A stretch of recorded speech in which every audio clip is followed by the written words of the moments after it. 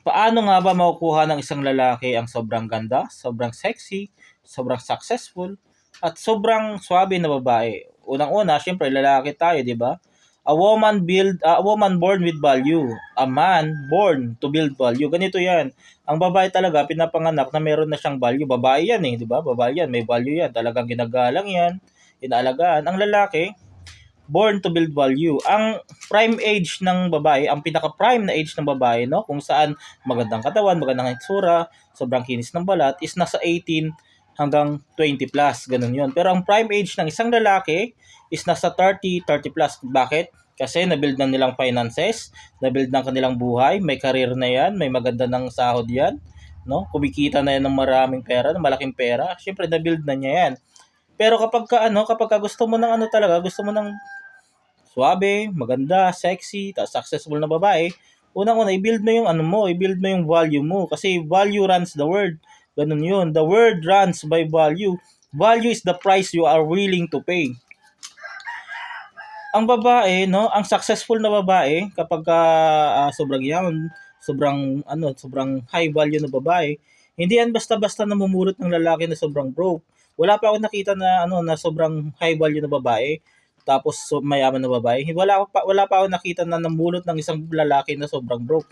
Pero ang lalaki, yung milyonaryo, high value, successful, kaya niyang pumulot ng isang babae basta gusto niya, kahit na broke yung babae. Regardless sa financial management ng babae, ganun yun. Yun nga, bilang lalaki, no? Bilang lalaki, kailangan talaga nating i-build yung value natin. Kasi unang-una, uh, no one hand it over sa atin. Walang nagbigay sa atin noon. Tayo magbi-build ng value natin. Tingnan mo nga, 'di ba, example, 'di ba? Yung mga yung mga pangit, mayaman, 'di ba? Ang gaganda ng mga chicks. Ang sasabi ng mga chicks, bakit? Kasi may value sila.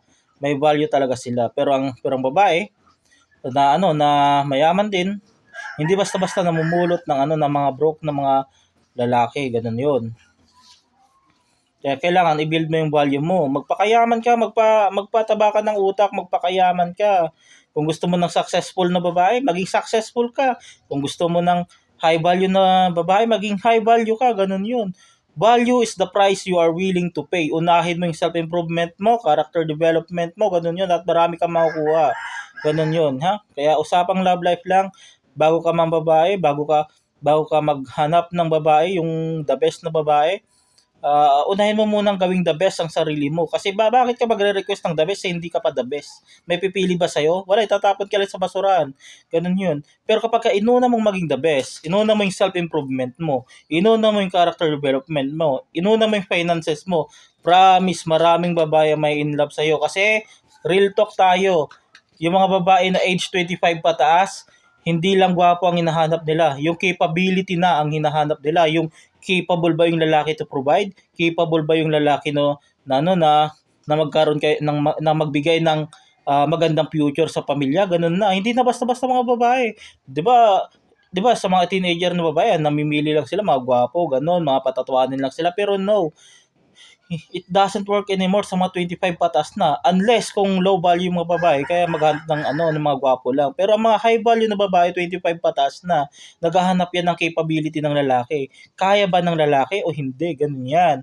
Naghahanap ng quality ng lalaki kasi matataas na standard nila eh. Kaya ngayon, no, bilang lalaki, itaas mo yung standard mo, itaas mo yung value mo.